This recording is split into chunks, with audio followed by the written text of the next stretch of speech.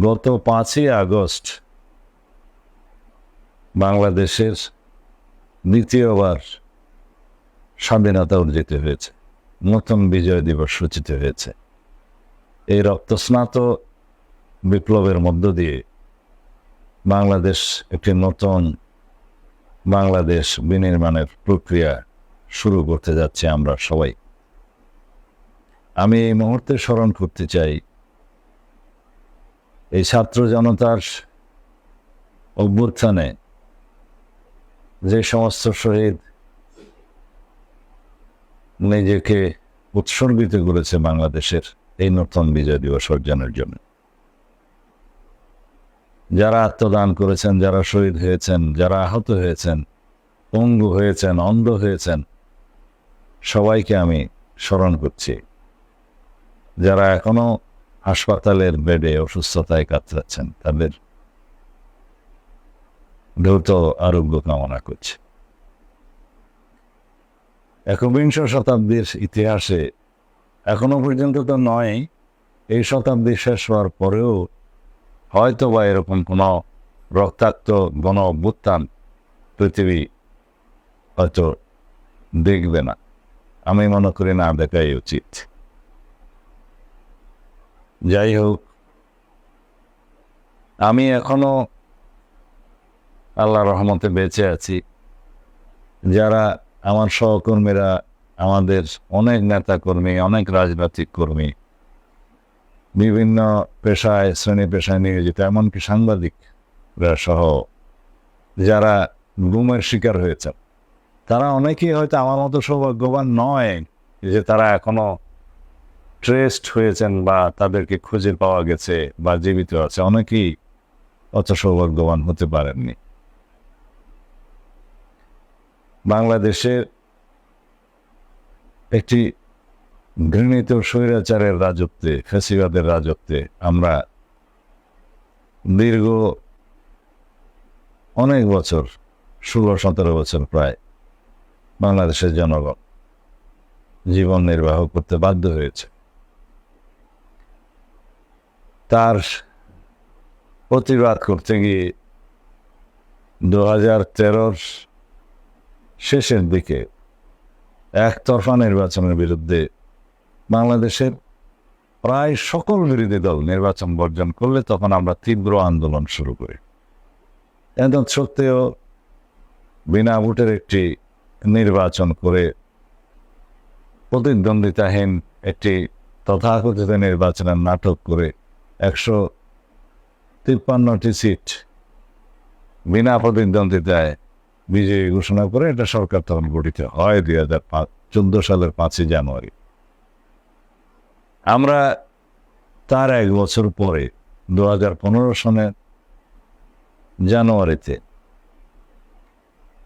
সেই ভুয়া নির্বাচনের বিরুদ্ধে আমরা আবার জনমত সংগঠিত করে তীব্র আন্দোলন শুরু করি। তারই একটা পর্যায়ে 2015 সালের 10ই মার্চ উত্তরার একটি বাসা থেকে আমাকে আইন শৃঙ্খলা বাহিনীর পরিচয়ে কিছু সশস্ত্র লোক সাদা পোশাকে আমার চোখ এবং হাত বেঁধে আমাকে নিয়ে যায় এবং দীর্ঘ 2 মাস 1 দিন, প্রায় 61 days, 61 দিন আমাকে একটি গোপন কোঠরিতে বন্দি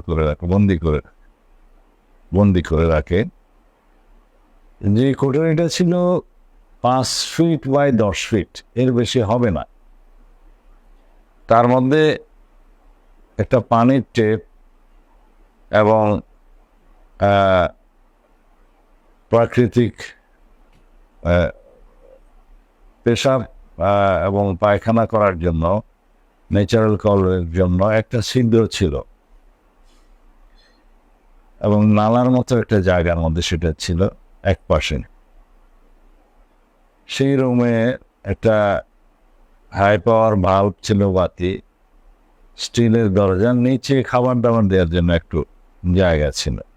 বাইরে একটি প্যাডেস্ট্রাল ফ্যান চালু রাখতো সবসময় বাতাস আসা যাওয়ার জন্য। এটা ছিল সেই রুমের অবস্থা। এই 2 মাসের মধ্যে আমাকে কোনোদিনই রুম থেকে বের করেনি, কেবল একদিন রুমটা পরিষ্কার করার জন্য রুমের বাইরে কিছু করার জন্য নিয়ে আসা হয়েছিল। এই অবস্থায় আমি আমার শরীরের সমস্ত জায়গায় চর্মরোগ হয়ে যায়। এই স্কিন ডিজিজ আমাকে এখনো পর্যন্ত ভোগায়, অনেক দিন ছিল। সেই অবস্থা থেকে 61 দিনের মাথায় আমাকে বের করে একটা গাড়িতে করে চোখ বেঁধে হাত বেঁধে দীর্ঘ একটা যাত্রা, 6-7 ঘন্টা হবে হয়তো, একটা জায়গায় নিয়ে আসে রাখলো। গাড়ি থেকে নামতে দেয় নেই। আমার মনে হলো সেটা বর্ডারের কাছাকাছি কোনো জায়গায় হবে। ঠিক সময়ের অনুমান করে বলতে পারি যে মধ্যরাতের দিকে তারা আমাকে কিছুদূর গাড়িতে কিছুদূর পায়ে হাঁটিয়ে এটা ক্রস করা একটা জায়গা, ওইটাই বর্ডার হবে হয়তো, এবং ওখান থেকে আবার 3 ঘন্টার মতো বা 4 ঘন্টার মতো সময় হবে ওখান থেকে গাড়ি চালিয়ে আমাকে ফেলে আসে হাত বাঁধা চোখ বাঁধা অবস্থায় শিলংয়ের একটা জায়গা। পরে জানতে পেরেছি ওইটা গলফ লিঙ্ক, একটা বড় মাঠের মধ্যে ঘুরে ওখানে নামিয়ে দিয়ে বলে যে ইউ আর ফ্রি নাও। তারপরে আমি চোখের কাপড় খুললাম এবং পথচারী 2-1 ছিল, 2-1 প্রাতঃভ্রমণকারী ছিলেন, তাদেরকে জিজ্ঞেস করলাম এই জায়গার নাম কি। তো তারা বললেন এটা শিলং গলফ লিঙ্ক। তা আমি আমার অবস্থার কথা সংক্ষিপ্তভাবে বললাম এবং পুলিশকে খবর দেওয়ার জন্য বললাম। তো তারা ভ্রাম্যমাণ পুলিশ টিমকে খবর দিলেন। তারপরে তারা আমাকে থানায় নিয়ে যায় পুলিশ, এবং এর কিছুক্ষণ পরে হসপিটালে নিয়ে গেল। হসপিটাল থেকে তারা আবার থানায় নিয়ে আসে। এর 1-2 ঘন্টা পরে আমাকে একটা মানসিক হাসপাতালে নিয়ে গেল, ভর্তি করে দিল ওখানে, মিম হাউস নামে একটা হসপিটাল। তারা হয়তো মনে করেছিল আমি মানসিক ভারসাম্যহীন একজন ব্যক্তি। আমার পরিচয় পাওয়ার পরে তারা হয়তো এটা বিশ্বাস করতে চায়নি। তো ওখানের মানসিক হাসপাতালের একজন ডাক্তার সাহেব, তাকে আমি আমার পরিবারের ফোন করার জন্য টেলিফোন নাম্বার দিলাম।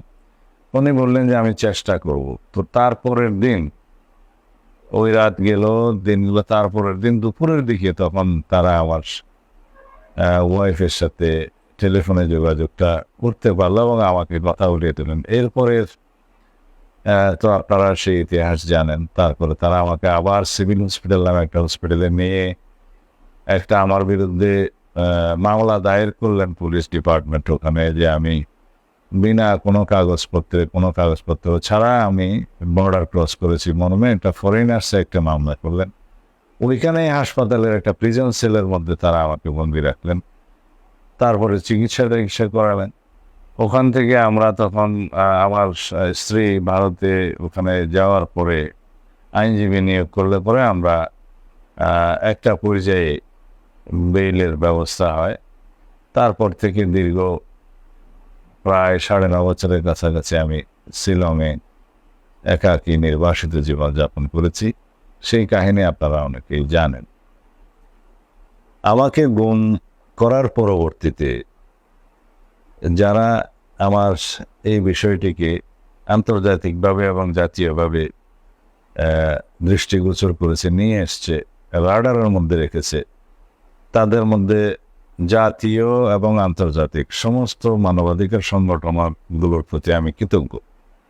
আমি ন্যাশনাল এবং ইন্টারন্যাশনাল রাইটস বডিজ এবং অর্গানাইজেশনস যারা আমার এনফোর্সড ডিসঅ্যাপিয়ারেন্সের বিষয়টি তুলে ধরেছেন, তাদের প্রতি আমি সীমাহীন কৃতজ্ঞতা প্রকাশ করছি। আমি মনে করি তারা এই বিষয়টি এবং মিডিয়ার বন্ধুরা যদি এই বিষয়টি তুলে না ধরতেন, হয়তোবা অন্য অনেক কিছু ঘটে যেতে পারত। তো সুতরাং আমি সেই সমস্ত ন্যাশনাল এবং international human rights bodies, journalist, international journalist এবং বিভিন্ন সামাজিক শক্তি যারা এই বিষয়টি নিয়ে সোচ্চার ছিলেন, যারা কাজ করেন গ্লোবালি ডেমোক্রেসির জন্য, ফ্রিডম অফ স্পিচ এবং ফ্রিডম অফ অ্যাসোসিয়েশনের জন্য, তাদের সকলকে আমি আমার কৃতজ্ঞতা প্রকাশ করছি এই সুযোগে। বাংলাদেশের আপামর জনসাধারণ এখন একটি নতুন দিনের প্রত্যাশা করে, যেই বাংলাদেশে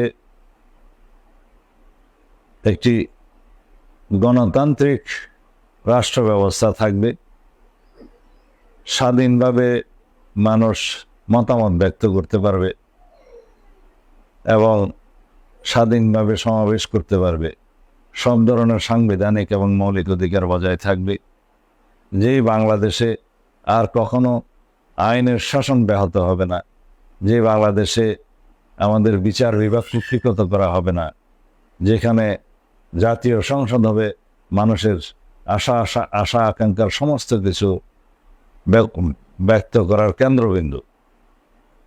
এবং সেই বাংলাদেশের প্রত্যাশায় আমাদের তরুণ সমাজ, আমাদের ছাত্রছাত্রীরা, আমাদের সন্তানরা অকাতরে জীবন বিলিয়ে দিয়েছে, হাজার হাজার শহীদের রক্তের উপর দাঁড়িয়ে সেরকম একটি বাংলাদেশ বিনির্মাণের দায়িত্ব আমাদের সকলেরই, আমাদের সকল রাজনৈতিক দলের, সকল সামাজিক সাংস্কৃতিক সংগঠনের এবং বাংলাদেশের সমস্ত শক্তির, ব্যক্তির এবং জনগণের দায়িত্ব সেরকম একটি বাংলাদেশ, যে স্বপ্ন আমাদের শহীদরা দেখে গেছেন, সেই রকম একটি বাংলাদেশ প্রতিষ্ঠা করার এবং সেই বাংলাদেশ প্রতিষ্ঠার জন্য, গণতান্ত্রিক রাষ্ট্র ব্যবস্থা প্রতিষ্ঠার জন্য আমাদের বহু সংস্কার করতে হবে সমস্ত কাঠামোগুলোতে, সাংবিধানিক গণতান্ত্রিক প্রতিষ্ঠানগুলোতে। সেভাবে সংস্কারের মধ্য দিয়ে ইনশাল্লাহ আমরা পারব সেই স্বপ্নের দিন নিয়ে আসতে। আমাদের সকলের শ্রদ্ধার জায়গা বাংলাদেশের গণমানুষের নেত্রী, গণতন্ত্রের মা, সবচেয়ে বেশি নির্যাতিত এই দুঃশাসনে শেখ হাসিনার ফেসিবাদী সাম্রাজ্যের মধ্যে তিনি হলেন দেশনেত্রী বেগম খালেদা জিয়া। আমরা তার দ্রুত সুস্থতার জন্য যে রকম চিকিৎসার ওনার জন্য প্রয়োজন, সেরকম চিকিৎসার জন্য যেই দেশে যেভাবে চিকিৎসার সুযোগ নিতে হয় সেটা চিকিৎসকদের পরামর্শে অবশ্যই হবে, সেটা আমরা দ্রুততম সময়ে ব্যবস্থা করব ইনশাআল্লাহ। তিনি বাংলাদেশের মানুষের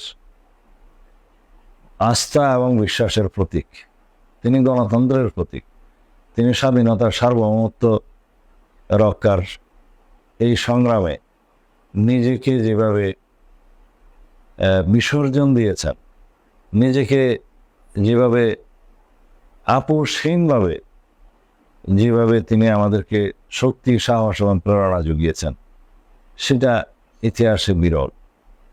আমাদের সম্মানিত ভারপ্রাপ্ত চেয়ারম্যান দেশনায়ক তারেক রহমান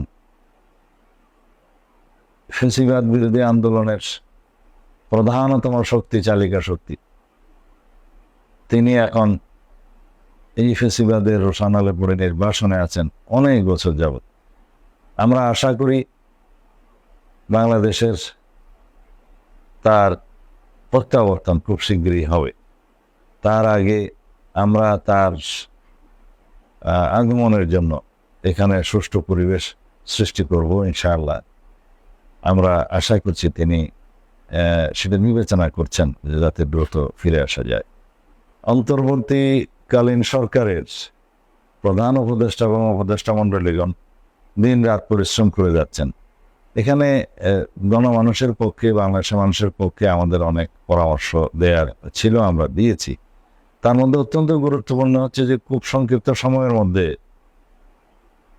লাইসেন্সধারী এবং লাইসেন্সবিহীন অবৈধ অস্ত্র উদ্ধার করতে হবে, যাদেরকে বিগত সময়ে কোনো নীতিমালা না মেনে অস্ত্র দেয়া হয়েছে, তারা রাস্তায় সেই অস্ত্র নিয়ে মানুষের বুকে গুলি চালিয়েছে, আপনারা সবাই দেখেছেন। নাম্বার 1, প্রশাসনে যারা ফেসিবাদের দোষর হিসাবে এখনো বসে আছে তাদেরকে অপসারণ করতে হবে এবং আইনের আওতায় আনতে হবে। স্থানীয় সরকার নির্বাচনের মাধ্যমে তথাকথিত একটি নির্বাচনের নাটক সাজিয়ে যাদেরকে এখনো পর্যন্ত উপজেলা পরিষদ চেয়ারম্যান, ভাইস চেয়ারম্যান, পৌরসভা সিটি কর্পোরেশনে বসিয়ে রাখা হয়েছে তাদেরকে অপসারণ করতে হবে। গণতান্ত্রিক পরিবেশে পুনরায় নির্বাচন হবে যখন সময় হবে। আর এই প্রশাসনিক সংস্কার, বিচার বিভাগের সংস্কার এবং নির্বাচন কমিশনের সংস্কার সহ সর্বত্র, প্রশাসনের সর্বত্র, পুলিশ বিভাগের সংস্কার সহ সকল কাজ চালু আছে। তবে এটা শুধুই রদ বদলি হচ্ছে, কিন্তু এই বদলি পদায়ন এগুলো সংস্কার হিসেবে মেনে নিলে ঠিক হবে না। এখানে আমাদেরকে অবশ্যই এমন একটি প্রশাসনিক, এমন একটি বিচার বিভাগীয়, এমন একটি কাঠামো সৃষ্টি করতে হবে সর্বত্র, যেটা একমাত্র কমিশন গঠনের মধ্য দিয়ে সেই সুপারিশগুলো আমাদের জন্য যথাযথ হবে। যেমন বিচার বিভাগের সংস্কারের জন্য, প্রশাসনিক সংস্কারের জন্য, পুলিশ সংস্কারের জন্য, অন্যান্য বিভিন্ন জায়গায় সংস্কারের জন্য, দুদকের সংস্কারের জন্য একটি কমিশন বসিয়ে সেই কমিশনের মাধ্যমে রেকমেন্ডেশনস নিয়ে তার আলোকে এই রাষ্ট্রীয় প্রতিষ্ঠানগুলো সংস্কার করলে তাহলে করে সেই সুফলটা আমরা সামনে একটি সুষ্ঠু নির্বাচনের পরিবেশ এবং রাষ্ট্রের জন্য একটি সুষ্ঠু নির্বাচনের পরিবেশ সহ একটি গণতান্ত্রিক পরিবেশ আমরা সৃষ্টি করতে পারব। কারণ ফেসিবাদের দোসররা বিগত 15-16 বছর যাবৎ সব জায়গায় তারা বসে আছেন। তাদেরকে বহাল রেখে, এখানে সংস্কার না রেখে বাংলাদেশে আমরা একটি গণতান্ত্রিক পরিবেশ কামনা করব, এটা কিন্তু সম্ভব হবে না। আমি মনে করি এগুলো মাননীয় প্রধান উপদেষ্টা এবং উপদেষ্টাগণ এটা সক্রিয় বিবেচনা করবেন এবং যথাশীঘ্র এগুলো বাস্তবায়নের জন্য ব্যবস্থা করবেন। তখনই আমরা একটা ফ্রি ফেয়ার ইলেকশনের জন্য একটা কন্ডাক্টিভ একটা অ্যাটমসফিয়ার আমরা ক্রিয়েট করতে পারব। তা আশা করি এই বিষয়টা আমাদের অগ্রাধিকার দিতে হবে। তা আমি মনে করি এই কাজটা চলছে।